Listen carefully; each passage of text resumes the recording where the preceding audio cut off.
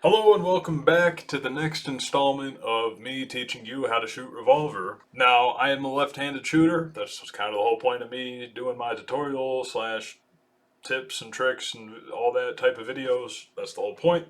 Although I will say this video in particular applies to everybody. So if you're right-handed, if you're left-handed, it doesn't matter if you're a strong hand reloader, a weak hand reloader. It doesn't matter what technique you're using. All of these tips will apply to your revolver shooting. I also needed to get this out of the way before I went ahead and made a flat-out left-handed revolver reload tutorial, because I don't want people coming back to me telling me that my teachings ruined their gun, okay? Because in all seriousness, my techniques do not ruin my guns. I've had my fair share of experience with lemons from Smith & Wesson. Isn't that sweet? I even had one moron telling me that it's the way I shoot, like it's the way I handle my guns. No, you're just an idiot who doesn't know anything about anything, and I'm right and you're wrong. So starting off with number one, when you have your cylinder open, you just hit the reload. Don't spin your cylinder when you close the cylinder shut, okay? Now I'm just saying exactly what Jerry said the last time he mentioned this, which was just like a couple weeks ago on Lena Mitchellek's channel, which was his old channel, Jerry Mitchellek, until he retired, and now it's his daughter's. So now it's Lena Mitchellek's channel. Halfway through that really long video, he mentioned these three things, and that's starting with don't spin your cylinder when you close it. Now, that is a simplification overall, alright? And that's not a bad simplification. I'm not telling you that he's saying the wrong stuff. I've even legitimately heard him put it this way, the way that I'm going to put it now. I've heard him talk about this in the past on other videos. Alright, and this is assuming you're a Smith & Wesson shooter. The cylinder rotates counterclockwise, okay? Whenever you do put a spin on a cylinder when you close it, if at all, which it really isn't necessary, alright? Unless you're going like this, like, just don't do that, okay? It's not really necessary in any bit or any slight way. Just get the next load in there, close it, and get back up, okay? If you do put a spin on it, also spin it counterclockwise. I've legitimately watched people go like this, and I'm only going to do it once here, okay? And it's just for the demonstration on a gun I don't shoot that much, and also if you just do it once, I mean, really, it's not the end of the world. But anyway, I see some people, they will close their guns like this. All right, let's say I'm a right-handed shooter and I'm doing a weak hand reload. They'll close their gun like that. All right, and they'll swipe up on it. Now what's happening is you're putting a clockwise spin on that cylinder. That's a big no-no, all right? And here's why. So here is a cylinder stop notch right here. My finger's pointing to it. Now you see this groove here, right before the actual rectangular stop notch cutout itself. This groove here is called your lead, okay? Now here is the cylinder stop itself. As you can see, it's spring-loaded, okay? It goes into the frame and back out. And you can see this line here from the cylinder stop, right?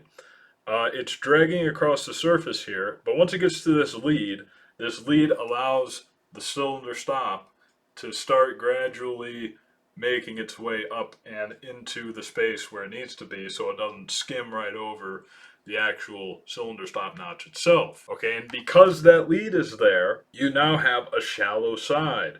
This is the shallow side. The lead side is your shallow side. The other side is deeper. There's more material sticking off the bottom of that gap up to the top, to the outer part of the cylinder, okay? And what's happening is every time you pull the trigger, your cylinder stop is hitting the deep side of that cylinder stop notch, okay? And what happens when you spin it clockwise is you are now allowing the shallow side of your cylinder stop notch, which is not enough material, it's not structurally sound. What's happening is you're slamming your cylinder stop into the shallow side of your cylinder stop notch, which over time, all right, maybe not right away, maybe not the first time, maybe the first time. It depends on how hard you do it. It depends on how fast the cylinder's spinning. It depends on how actually in spec everything is, because Smith & Wesson can't seem to make anything in spec nowadays. Basically, every time you slam it into the shallow side, you're going to both deform and remove material from that edge, okay? And over time, I don't have any physical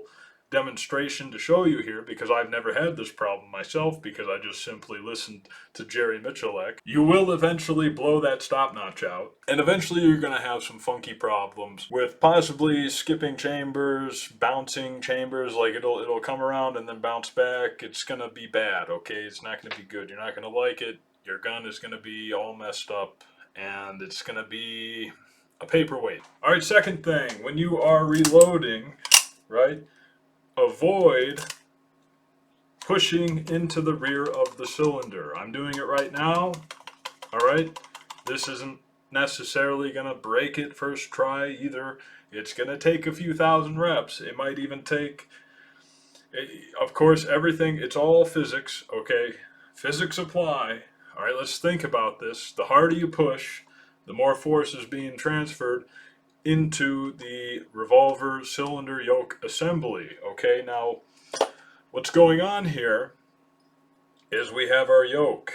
As you can see, this is a modern yoke. The modern yokes do not have much material right here going on, and the yoke screws themselves are pretty pointy, and they are inferior to the old school. Here's an old school yoke.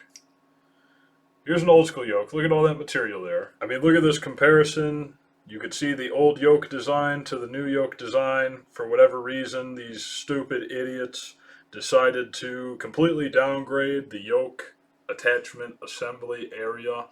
I don't know what their problem is, but hey, I guess they prefer when their stuff breaks on you, so that's nice. Not that you should do it with an old yoke, because you totally shouldn't, alright? But pressing on the cylinder from the rear is essentially going to eventually dig a groove in this lip here, because there's going to be your yoke screw coming in from the side, and it holds it in place, okay? And every time you bop it from the rear, well, you're pushing forward on it. That yoke screw is digging its way through the yoke lip itself, and eventually you'll carve yourself a groove right through that little bit of material, and the whole yoke is going to fall off along with your cylinder. And unless you plan on doing nothing but some light plinking, it's pretty much going to be impossible to use without some serious modifications to fix your yoke, or trying to find a yoke online somewhere that's used, which is very hard for some models, I can tell you that, especially the 625. I need a 625 yoke, by the way. Does anybody? Just don't push on the rear of the cylinder, okay? And I understand there's speed loaders where you push them in, okay? Find a way to hold the cylinder, okay? All right, look, all the weight of the gun is on the cylinder right now. The frame is not even being supported. I'm simply holding it by the cylinder. If you hold it by the cylinder, push in, only holding it by the cylinder, well, that's a good way to ensure that your push speed loaders aren't going to damage your yoke. There are ways around it. Just pay attention to it. If you are putting extreme forces, or any forces really, and you're doing it frequently enough, you will eventually eat through your yoke. And that's just the way it is. Now I'm on the third thing. Always ensure your cylinder release is fully engaged, okay? That means fully pushed forward, and then open your cylinder. If your cylinder release is not fully pushed up forward and you force that cylinder out of place, now this in here is called your bolt. I'm not sure if this spring-loaded bit here also counts as a bolt part, but all I know is this spring-loaded pin goes into this hole here. Whenever you close it, hitting the cylinder release pushes that whole assembly forward. That's why it's spring-loaded, because it totally compresses that pin out of the way of this hole, and that makes it so it has clearance to swing out. Okay, and what's happening is, if you don't fully compress your cylinder release before you open the cylinder, you're going to be aggressively dragging this pin out of this hole, and you're going to eventually eat a groove in your frame here, and it's going to be bad. All right, it's I've never had this problem again, because I just listened to Jerry Michalek. I have had that yoke problem with the 625. My bad. All right, but also I was trying to accelerate my progress, and in my opinion, it kind of worked. You might as well just do it A, the fastest way, and B, the least damaging way to your revolver in the first place. Okay, so moving on to the info that is less frequently talked about, less common. Right off the bat, I'm going to be talking about ammo selection, ammo type, okay? And this is assuming you're using a moon clip fed gun, okay? The other three tips, they apply to both speed loaders and moon clips. This mostly applies to moon clips, but I'm sure it also could somewhat apply to speed loaders. Um, First things first, don't use remanufactured ammo. Alright, especially not moon clips. The reason why is each casing has a slightly different tolerance, and what's going to happen is you're going to put 8 different brands of ammo on your moon clip, or at least the casings.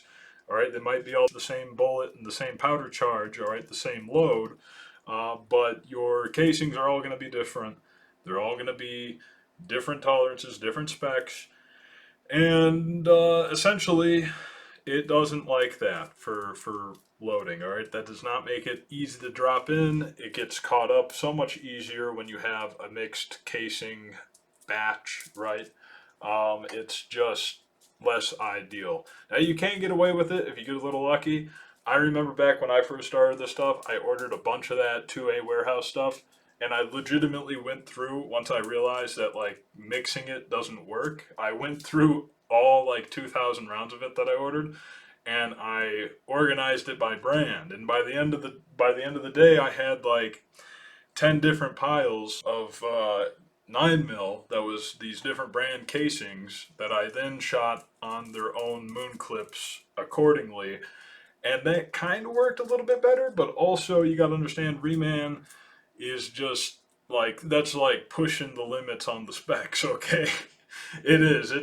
It's good for Glocks, you know. Congrats, you know, your Glocks can run it. Your PCCs can run it, but revolver, you're going to be having a little bit of a annoying time, okay? So if you want the challenge on top of already running a harder platform, I guess you could run mixed reman ammo, but at the end of the day, it's just going to make you look like an idiot. like even if I went to the range right now and I shot reman brass 9mm in my 929 or even my 327 WR, I would have people thinking I'm a moron. Okay, that's just the way it is. No one can run that junk smoothly all the time, okay? And if it is smooth, it was a lucky load, okay? All right, and now this kind of extends into even factory new ammo. Now, just don't use a weird mixed assortment of factory new ammo. Generally, that's just a good tip to run off of when you're shooting in general, but some people don't really have an option. You know, sometimes things happen, you know, it is what it is. But if you're doing it on revolvers, same reason, you get different specs for each casing, and when you mix them on the moon clip, well, it tends to basically pull things one way, push things the other. Some things are looser than other things, and it's just all the way around kind of a nightmare. So you don't want to do that. Always just find one flatline brand of ammo at a time to shoot on moon clips, and that'll make life so much easier. The next thing I want to talk about is casing material. All right, now, in short, the best of the best, slickest of the slick casing material would be nickel plated, alright? But you see, the problem is I'm broke. I'm like a lower middle class, working class person. I don't have money to be wasting on fancy nickel casings like I wish I could, okay? So I settle for the next best thing, which is the brass casing, okay? I'd say the next following up brass is aluminum, okay? Aluminum. Now, depending on your reload style, I'm one of these guys because I'm a strong hand reloader. Kind of like how Jerry Michalek does it with his thumb. All right, he's a strong hand reloader. But for you weak hand reloaders who get to bop it, such as DWShooting here, who he prefers the weak hand reload. The difference is when he shoots right-handed, his strong hand doesn't come off the gun. His weak hand does the load, comes back up. Jerry Michalek is a strong hand reloader, meaning he gets the cylinder open, drops the next load in with his strong hand, and gets the gun back up, all right? When you do the bop method, all right, that's good in the sense that you can run a little bit stickier ammo, all right? And aluminum, in my experience, has been iffy, okay? It tends to stick a little more frequently after you shoot it than the brass does. If anything, the brass, I'd say less than 1% of the time I hit a reload, the brass will stick. But like probably about anywhere from 10 to 20% of the time I use aluminum, the aluminum is too sticky for just my finger to power through the ejector rod. So in the case of aluminum casings, using the bot method is the best, and it's doable. So it's completely up to you and your technique there, but I'm going to stick to my brass so I can continue to use my finger to eject the casings smoothly. And finally, the last tier of the type of casings you should be using is steel case. Steel case goes in kind of nice, but it never ever comes out nice. Even if you do bop it, you're going to have to like triple bop it, because that stuff just fire forms and it sticks so hard to the inside of your chambers. And there's, depending on what gun you have, there's 6 to 8 of them, and they do not help whatsoever. It gets sticky. So don't use steel case in your revolver. It's just not a good idea. Chamber chamfering. And that's essentially putting a bevel on your chambers. You can see this is my Model 25 cylinder. You guys might be able to hardly see it. I did this myself, okay? Just put a slight bevel on it. You can go quite a bit more than I did overall. Now what's going on here is that allows you to drop the ammo in a lot smoother. Alright, so we do have 45 and 9mm here. The thing is about 45 and 9mm is it's not actually designed or intended to be shot through a revolver. So what this means is they do not have proper revolver crimps, and as you can see, these are taper crimped. So the taper crimp, it kind of leaves quite a bit more of this shoulder, this lip here from the bullet to the casing, especially on the Blazer brass. But then you go and look at some ammo that was actually designed for revolver. This is some 357 Magnum. And if you look at this crimp here, if it focuses, there we go, you can see this is called a roll crimp. You can literally see the edge of the casing is rolled over. It's pushed into the bullet here, and there's much less of a lip there. That is on purpose. That is its design. That's what it's supposed to do.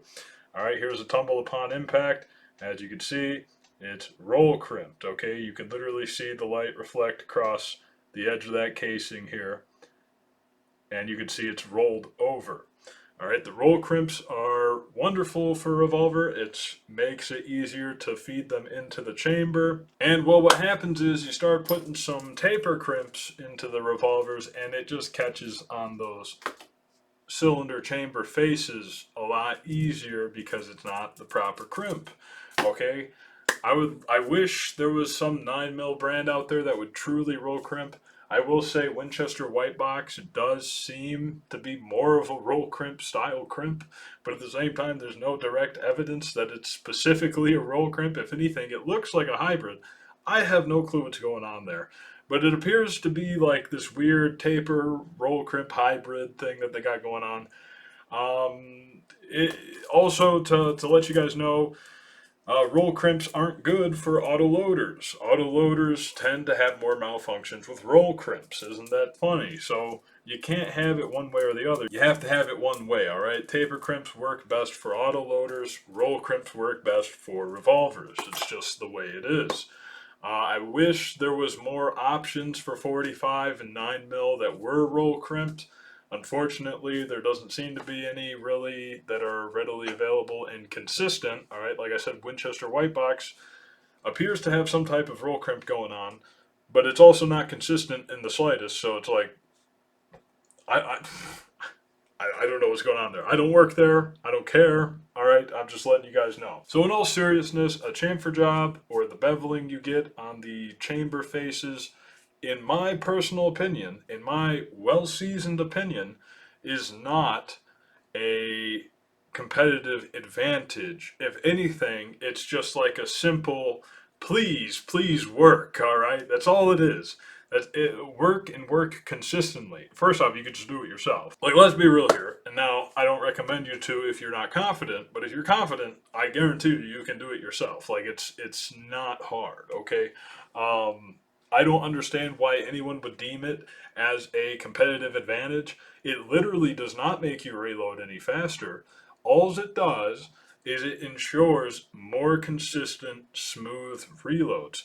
Just like how roll crimped 357 Magnum ensures more consistent, smooth reloads and not hanging up on the edges and the sharp corners and stuff. Okay, that's all it does. It just takes a variable, makes it so you have to worry about it less, and that's that. Like I said, I have seen no evidence that it makes you reload any faster. I wish I could actually backhand whoever started that rumor, whoever started that myth. It's a myth. They don't know what they're talking about. They're making stuff up. It does not let you reload faster. It only lets you reload more consistently. Now, not all of my chambers are chamfered yet. My 929, which I do actually have my fastest revolver reload on, all right, my what was it, 146, something like that. I can't remember off the top of my head. I do believe so, 146. Fastest revolver reload that I've ever done with live ammunition on a revolver that does not have the bevels. It does not have any chamfer job on it.